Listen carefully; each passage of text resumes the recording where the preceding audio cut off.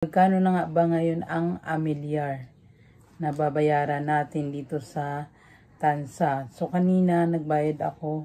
Bali ito, last payment ko pala is 2022. So, yung 2023 ko at sa 2024 ay may penalty na dahil hindi ako nakabayad nun.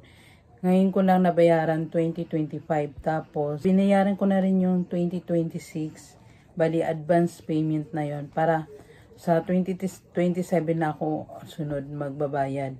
So, ito na nga, may mga pagbabago. Last na video ko is yung 2022 pa. Medyo mura pa dati yung amilyar nun. Ang binayaran ko lang dati is worth 61.12. Pero may binabayaran din na eto, ENB fee. Siguro ito yung environmental fee.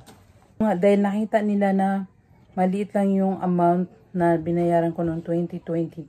Pina-additional payment para doon sa 2022 ko. Nagulat nga ako kasi may resibo naman, nabayad na ako. Pero pinadagdagan nila ngayong taon na to yung 2022 ko nabayad na.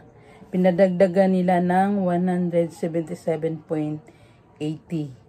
So, ito, sa 2023, dahil may penalty ako dito, ang babayaran ko is 216, plus yung penalty ko is 112.32.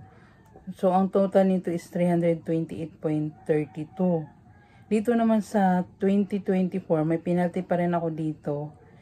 216 yung amilyar plus 60.48 yung penalty ko dito. So, ang total niya is 276.48. So, ngayon 2025, dahil 116, binawasan nila ako ng 21.60 kasi maaga ako nagbayad. So, ang total niyan is 194.40. Sa 2026 naman, 216 din, pero binawasan nila ako ng 43.80 pesos. Once payment nga ito, may 10% discount sila, kaya nagiging 172.80 na lang. So, ang total ng lahat na yan is 1,149.80. Pero dito sa resibo ko, pinabayaran sa akin, nagiging times 2 siya. Dito ako nagtaka bakit naging times 2 yung 1,149.80. Naging 2,299.60 siya. Kung yun lang naman ang binayaran ko at tapos kasama yung penalty, bakit parang ang daming additional payment na pinadagdag. Tapos, ang siningin niya sa akin is 3,260. Nagdagdag additional pa ng 960. Yun pala, meron ding binabayaran na environmental fee. Ito nakasulat ENB. Kung yun na lang inisip ko, baka environmental fee to. Meron din siyang babayaran na 240 per year. So, ang 240, mas malaki pa ang binabayaran ko sa environmental fee per year kaysa sa amilyar na babayaran na 216 per year. Apat yung binayaran ko na taon, naging times 4 siya. So, ang total 960. Kaya siya nagiging 3,259.60 or 3,260 yung binayaran ko kanina. Ang dami kong binayaran. Kung tutuusin, ang babayaran lang talaga dapat is 1,149.80. Doon pa sa 2022, na binayaran ko na, nagpa-additional sila ng 177.80. Question mark na rin doon.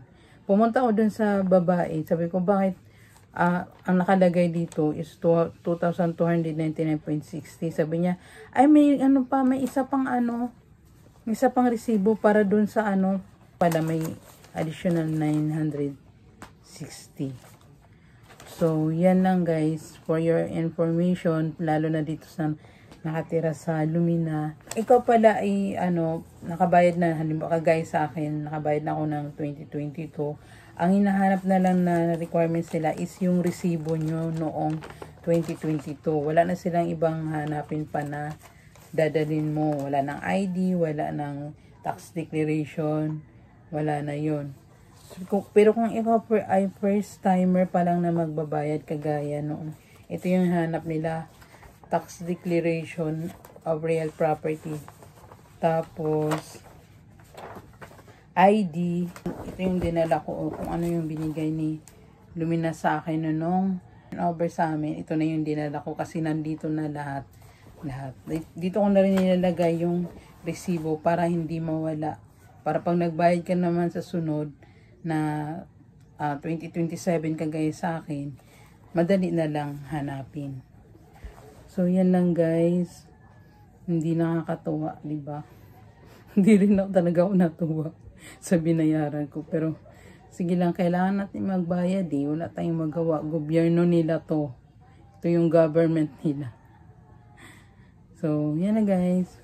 Thank you for watching. Bye!